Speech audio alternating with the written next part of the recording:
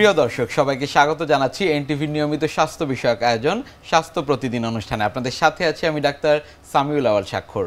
প্রতিদিনের মতো আজও আমরা একটি গুরুত্বপূর্ণ বিষয় নিয়ে কথা বলবো।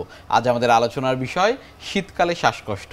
এই গুরুত্বপূর্ণ বিষয়টি নিয়ে আলোচনা করবার জন্য আজ আমাদের সাথে স্টুডিওতে উপস্থিত রয়েছেন একজন বিশেষজ্ঞ চিকিৎসক। চলুন দর্শক, অনুষ্ঠানের শুরুতেই পরিচিত হয়ে আসি আমাদের আজকের অতিথির সাথে। ডাক্তার ইকবাল হাসান মাহমুদ 1955 সালের অক্টোবর মাসে ঢাকা জেলায় জন্মগ্রহণ করেন। তিনি 1979 সালে এসএসএমসি মেডিকেল কলেজ থেকে এমবিবিএস ডিগ্রি অর্জন করেন। এরপর তিনি চিকিৎসা বিজ্ঞানে উচ্চতর পিএইচডি ডিগ্রি লাভ করেন। বর্তমানে তিনি ল্যাভএইড হসপিটালে বক্ষব্যাধি বিভাগের কনসালটেন্ট হিসেবে কর্মরত।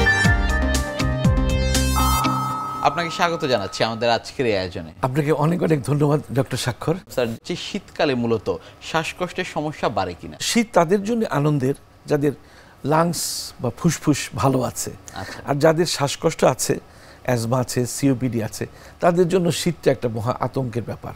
তারা খুবই কষ্ট পায়।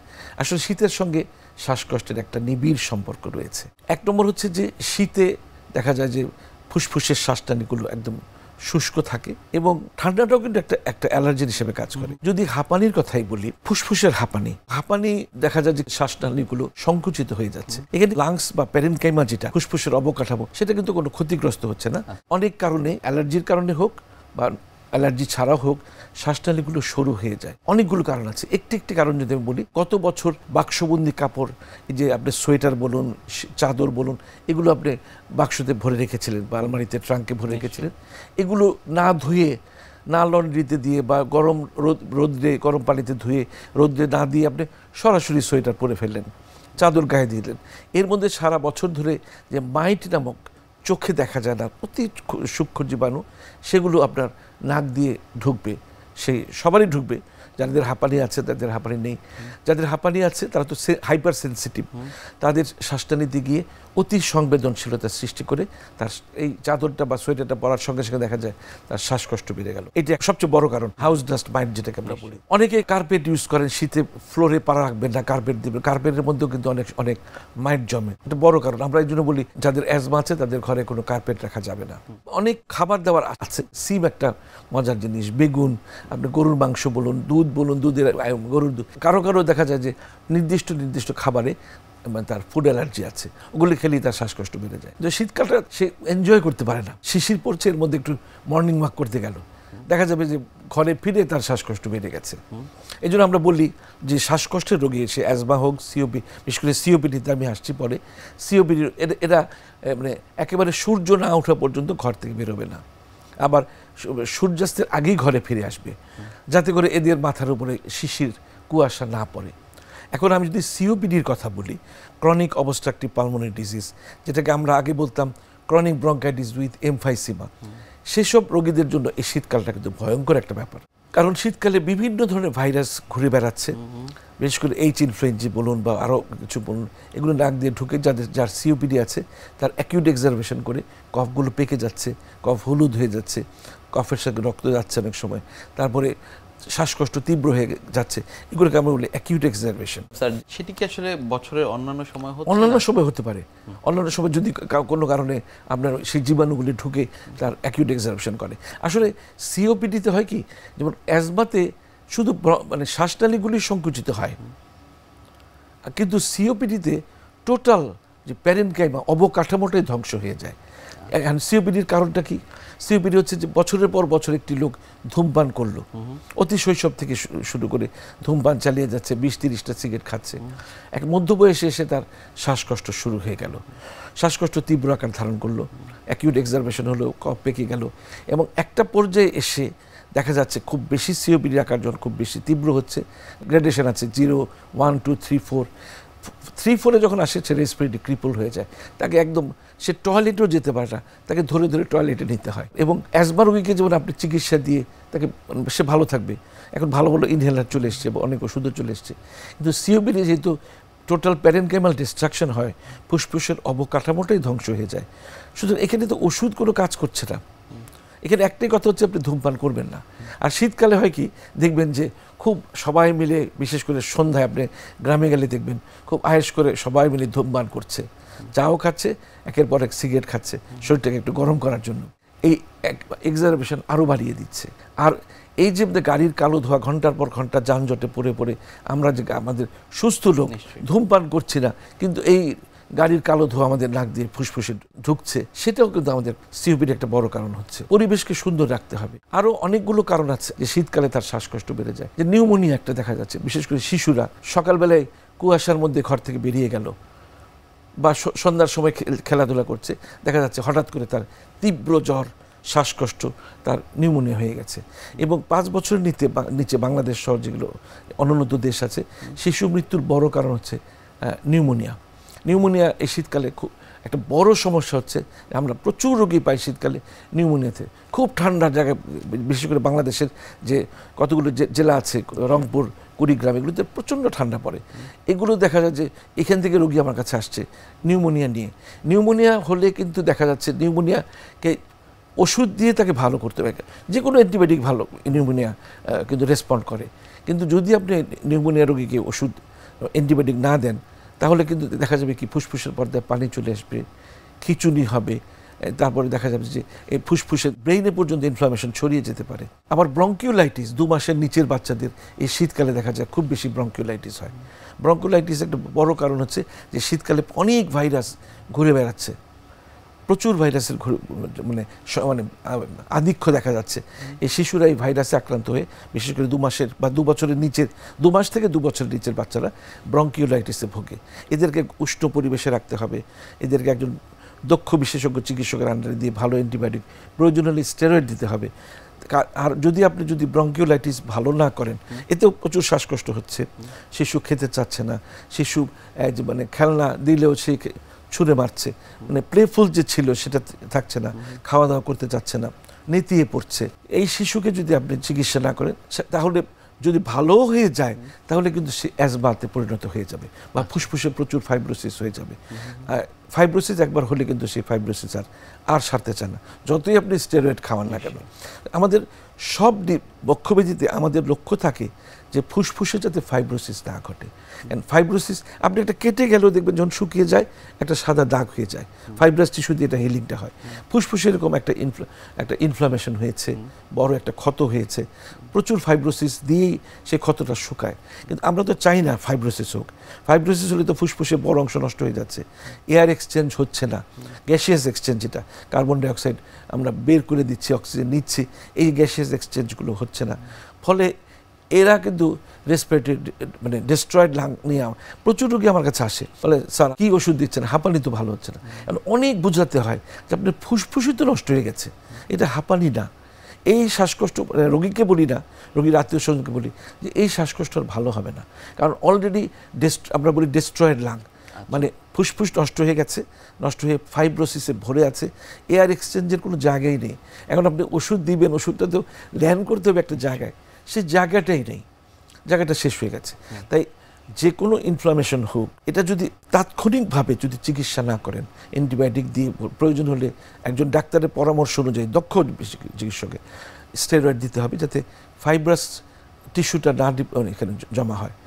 কারণ আমাদের একটা বড় অনেক রোগীরা আসে যে ফাইব্রোজিং অ্যালভিওলাইটিস, দেখা যায় যে ফুসফুসের মধ্যে প্রচুর ফাইব্রোসিস হয়ে গেছে, এটা আর ভালো হয় না।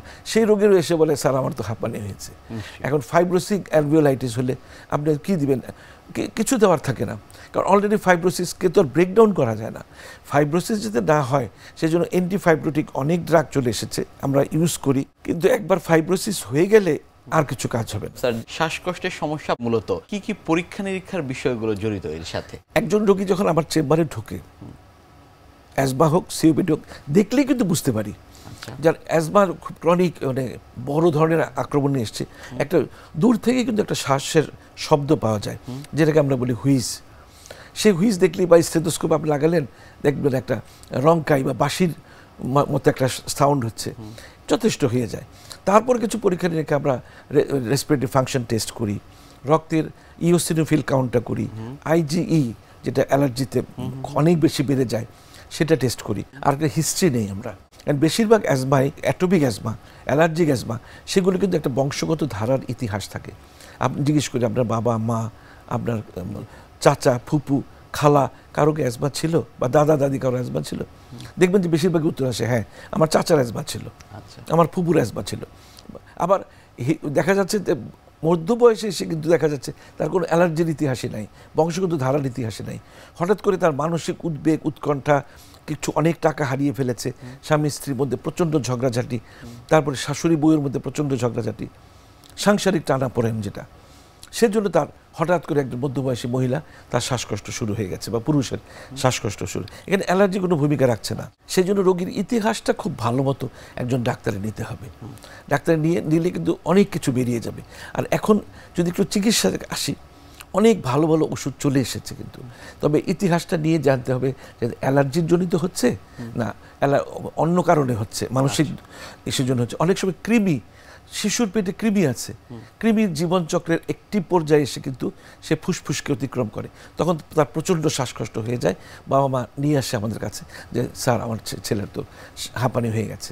আপনি যদি শিশুকে বুঝতে পারেন যে সব এটা কৃমির জন্য হচ্ছে, দেখেই বোঝা যায়, একজন অভিজ্ঞ ডক্টর কিন্তু দেখেই বুঝতে পারে, তো তাকে যদি এক কোর্স কৃমিনাশক ওষুধ দিয়ে দেওয়া যায়, তাহলে দেখা যাচ্ছে তার হাঁপানি চলে গেছে, শ্বাসকষ্ট চলে গেছে।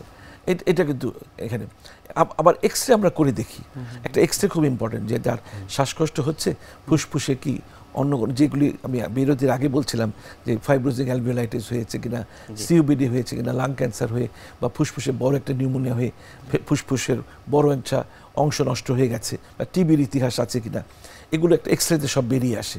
আর শীতকালে যেই খাবারগুলোতে তার অ্যালার্জি আছে, যেমন সিমে আছে, কারো ফুলকপিতে আছে, কারো গরুর মাংসে আছে, কারো গরুর দুধে আছে, এগুলো আমরা অ্যালার্জিক প্যানেল টেস্ট করি অনেক সময় করে, আমরা সেই খাবারগুলিকে আমরা বলি এগুলো আপনি খাবেন না।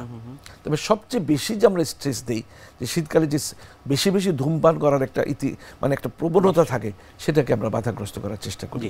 শীতকালে শ্বাসকষ্টের এই বিষয়গুলো নিয়ে আমরা আপনার কাছ থেকে আরও শুনবো, তবে তার আগে আমাদের এই অনুষ্ঠানে একটি নিয়মিত সেগমেন্ট হচ্ছে বিভিন্ন খাদ্যের পুষ্টি গুণাগুণ সম্পর্কে আমাদের দর্শকদের জানিয়ে দেয়া।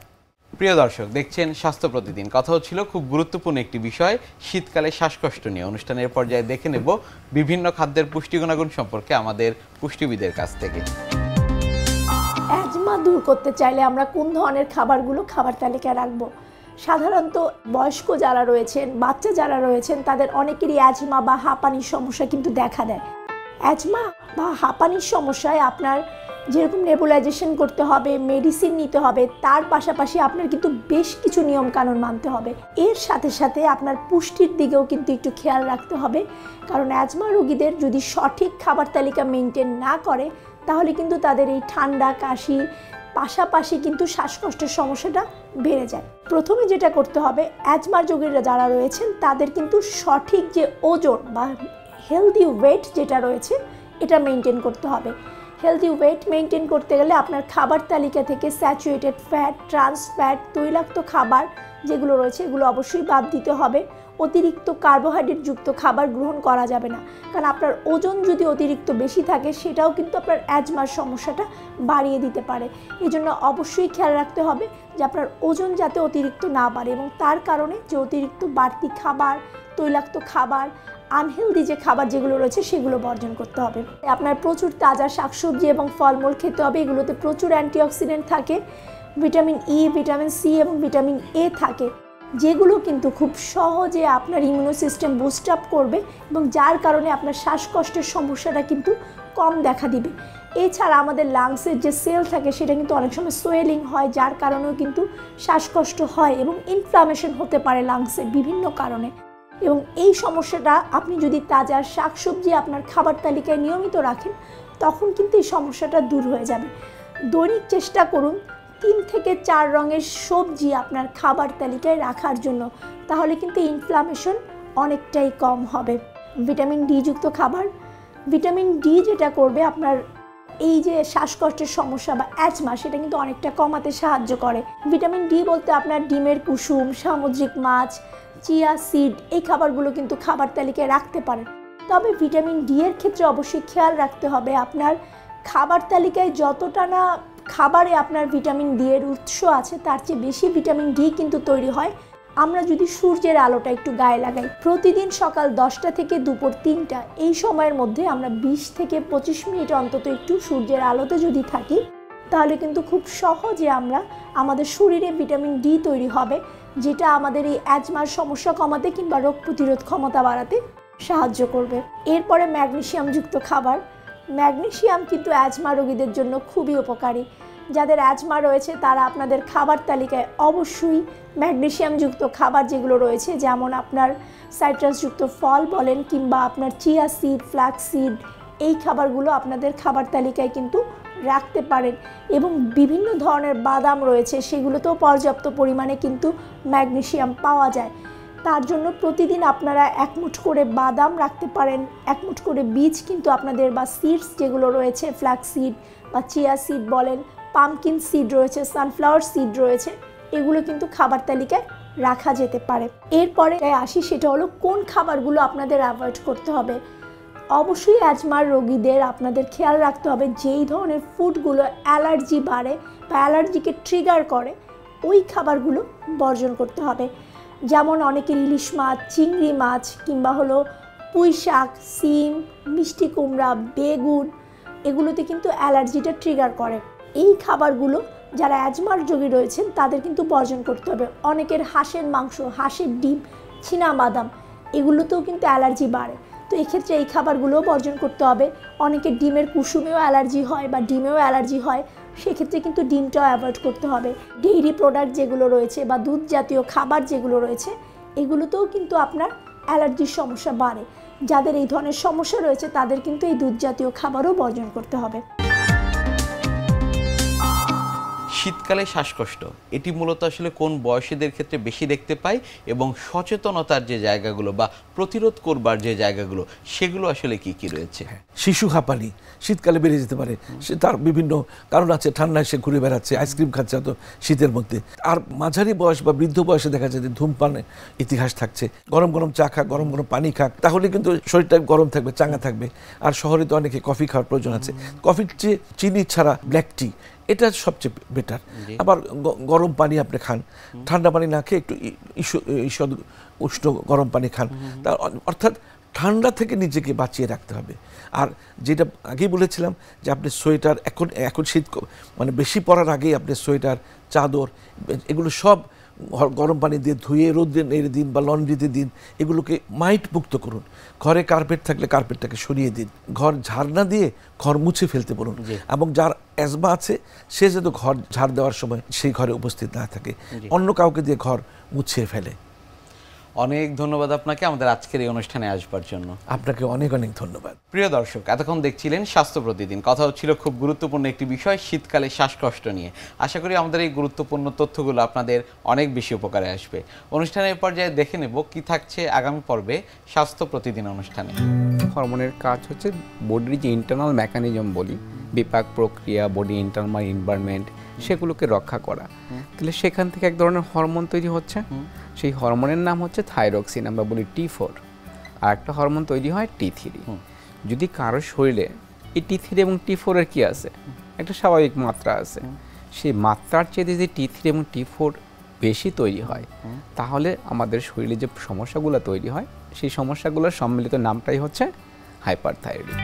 বিশ্বের যে কোনো প্রান্ত থেকে যে কোনো সময় আপনাদের পছন্দের অনুষ্ঠান স্বাস্থ্য প্রতিদিন দেখতে ভিজিট করুন আমাদের পূর্ণাঙ্গ ওয়েব পোর্টাল www.ntvbd.com-এ। এছাড়া এনটিভি সব জনপ্রিয় অনুষ্ঠান ও খবরের আপডেট পেতে ভিজিট করুন আমাদের ইউটিউব চ্যানেল ও ভেরিফাইড ফেসবুক পেজে। আজ এখানেই শেষ করছি, আগামীতে আবারও দেখা হবে। সে পর্যন্ত আপনারা সবাই ভালো থাকুন, সুস্থ থাকুন, এনটিভির সাথেই থাকুন। আল্লাহ হাফেজ।